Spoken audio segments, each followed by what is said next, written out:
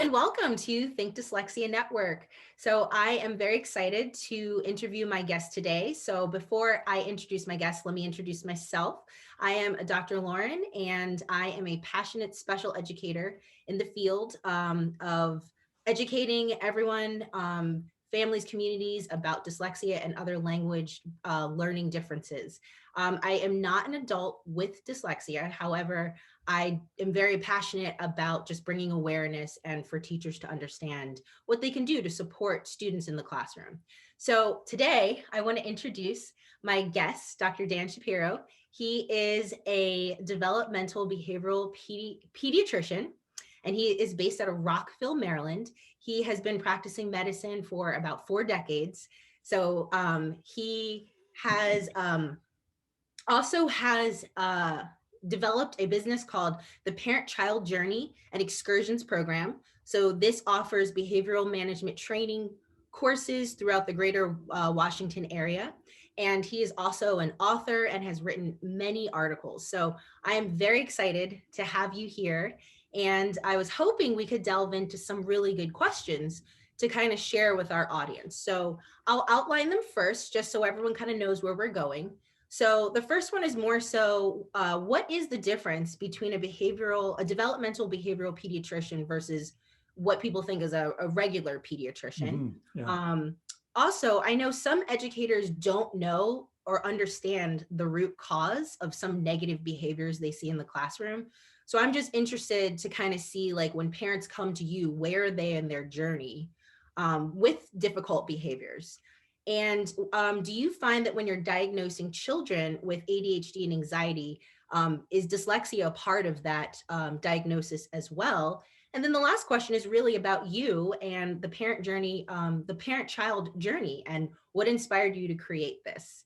So let's get started with our first question. So is there a difference between a developmental behavioral pediatrician versus a pediatrician? Yeah, well, thanks so much for having me, Lauren. And I really admire what you're doing with your work with Think Dyslexia. So I'm Thank glad you. to support you. And it's a common question, what is developmental behavioral pediatrics and how is it different from primary care pediatrics? They're very intertwined. A large part of primary care pediatrics is developmental behavioral pediatrics.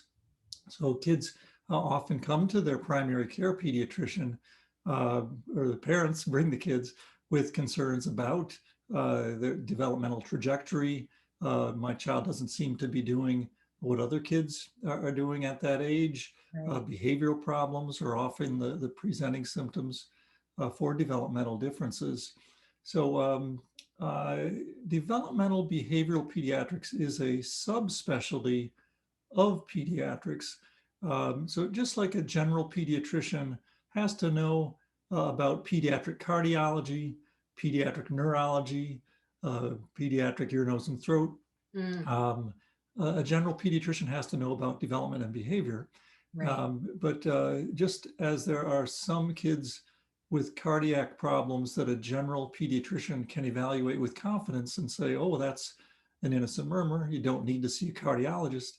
Um, a lot of developmental behavioral pediatrics can be taken care of by your primary care pediatrician, but there are some kids who need to see a cardiologist. Mhm. There's some kids who need to see a developmental behavioral expert. So that's where somebody like me comes in, where the complexity of the issues, the depth of the management is such that somebody who does general pediatrics needs to team up with somebody like me. So there is advanced fellowship training. There's a board certification. So it's just like any other subspecialty. But developmental behavioral pediatrics, we're general pediatricians at heart, but we tend to spend our day helping kids with problems that make it hard in school, make it hard with friends, affect family systems. So autism, Mhm. ADHD, learning differences like dyslexia, mood regulation problems, movement disorders, genetic syndromes, a whole range of issues that we take a deeper dive on. And it's a great job. I love it. These kids Yeah. That's so The differences make my life richer. absolutely. And I was actually going to ask, but I think you already touched on that. So you specialize after your residency of just pediatrics, you specialized further for to be a Mhm. developmental behavioral Well, pediatrician. I did it a little bit backwards. So Okay.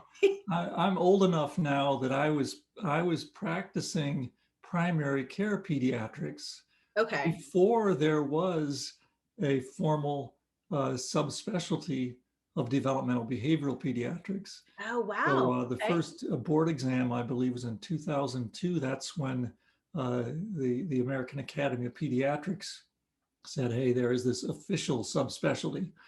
And but before that, many of us were doing developmental and behavioral pediatrics embedded within a primary care setting. So I shifted from being a general pediatrician Right. to spending all of my time over the last 2/3 of my career just doing development and behavior. Yeah.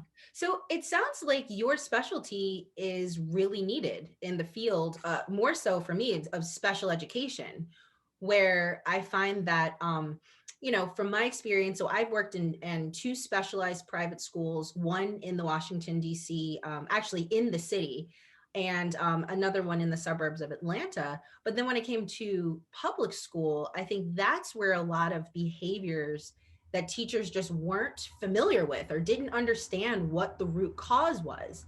And so, my next question leads to, when these teachers are seeing these behaviors that they don't know what's going on with the student, typically their first response is go to the special educator, go to the special education department.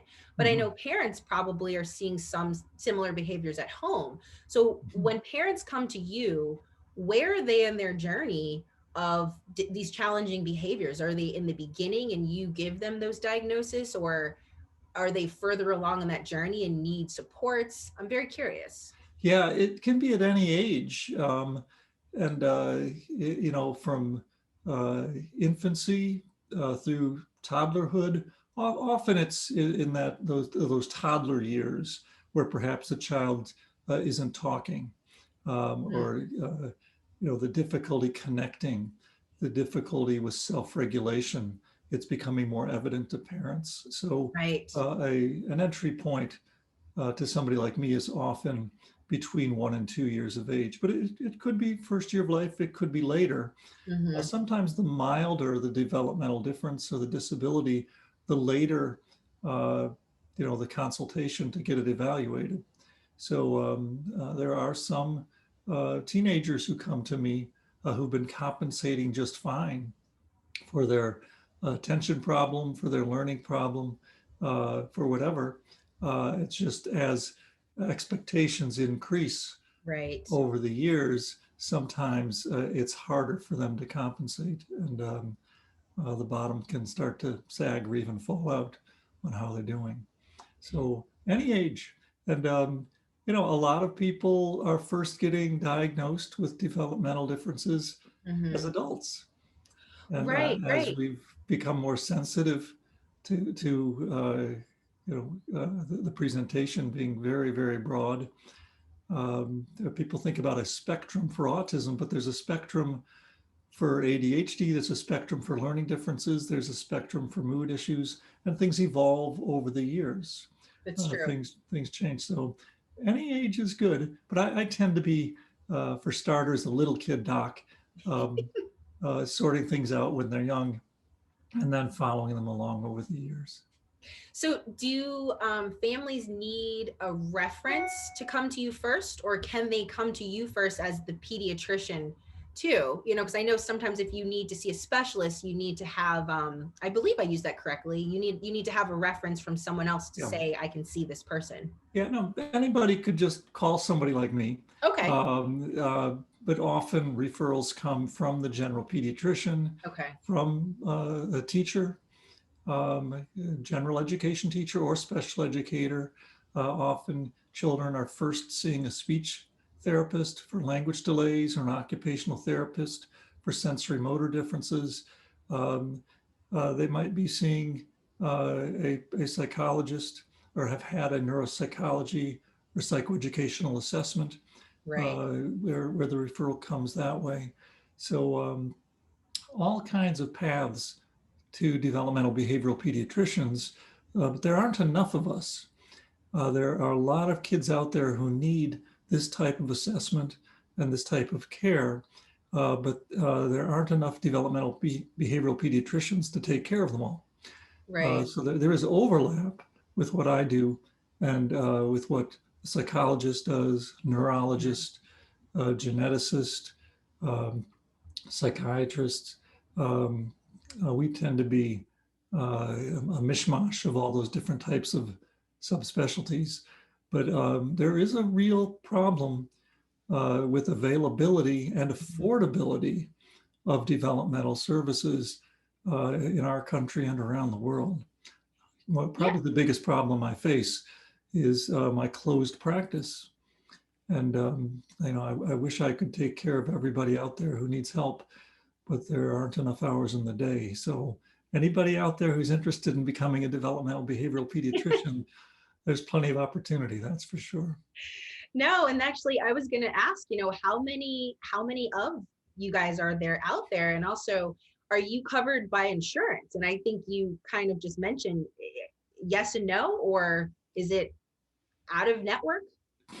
Often, well, it depends on where you're set up. If you're Okay. working at a hospital center, which I'm not, Okay. but but if you're working, for example, at Children's National or Kennedy Krieger or Georgetown, I'm in the greater Washington area here, um, then through the hospital, services are likely to be reimbursed at a higher rate because the hospitals participate with all those insurance companies.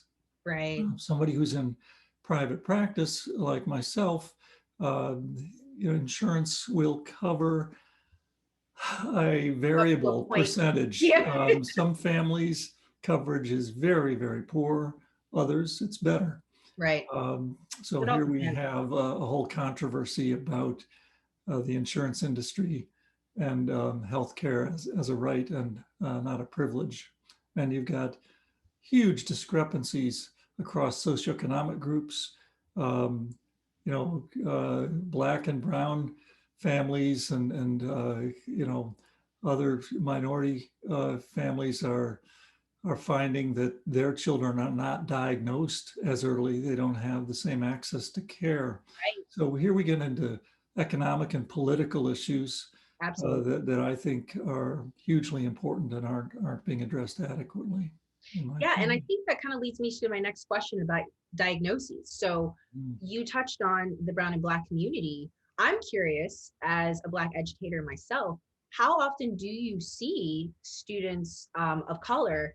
But also, I do want to touch on, the comorbidity of ADHD or autism or dyslexia. Like, how often do you see dyslexia in that equation?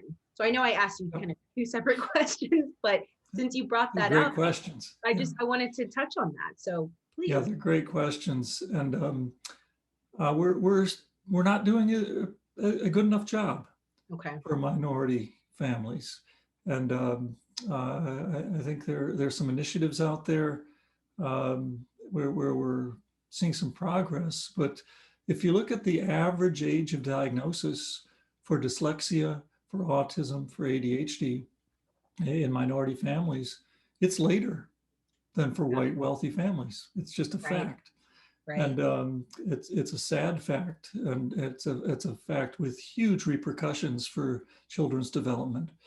I have just started. We'll talk about my parent-child journey program, but just this weekend we're launching a parent-child journey en español. I saw that So on your website. That was so just up, exciting. just up. So I'm so excited about it. And I've teamed up with a pediatrician who's Spanish speaking, Dr. Lajos. That's And she's done a awesome. wonderful job translating my videos. And she's going to lead Spanish speaking groups for parents I'm in so my, excited about yeah, that. so I'm thrilled. And so we're trying, Right. but there are too many kids out there who aren't getting services. Yeah, and I know that that could be another discussion, but I'm really happy that you touched on that because I feel part of my mission for Think Dyslexia is, I really want to have resources for all teachers and parents and communities. But Mhm. I mean, as you said, the facts are the facts, and I feel Yeah. like in the brown and black communities, these things just aren't touched on, and I want there to be, the purpose of this interview for me for my network is where can these families turn to? Who can they go to if they have no idea who to ask past their child's teachers, to know you exist, neuropsychologists exist. So I really appreciate you touching on that. But Yeah. Now you asked about dyslexia and the overlap with other developmental yes, differences. And, uh, developmental difference of one kind usually is accompanied by developmental difference of other kinds. sure. So that's not always true, but it is usually the case where somebody with dyslexia is more likely to have ADHD, anxiety issues, Right. other stuff. So, and vice versa, somebody who comes in with attention problems, it's our job to make sure we're not missing a learning disability like dyslexia. So that's the job, I think, of a developmental behavioral pediatrician who has a general perspective and also a good educational psychologist, neuropsychologist, to make sure we're turning over all those stones and making sure something's not hidden under there.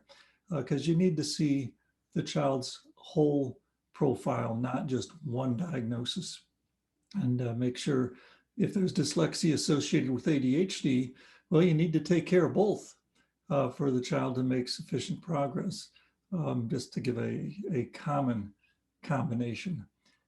So yeah, they travel together. Yeah, no, and I appreciate you saying that because I think it's important for some parents and teachers to understand that sometimes more than often they do go hand in hand and you do have to treat both. And it's always really good for parents and teachers to know, what that looks like, the signs and how to accommodate and so on and so forth. So tell us more about the parent-child journey and what we can look forward to and these webinars and all the great things you're doing for us.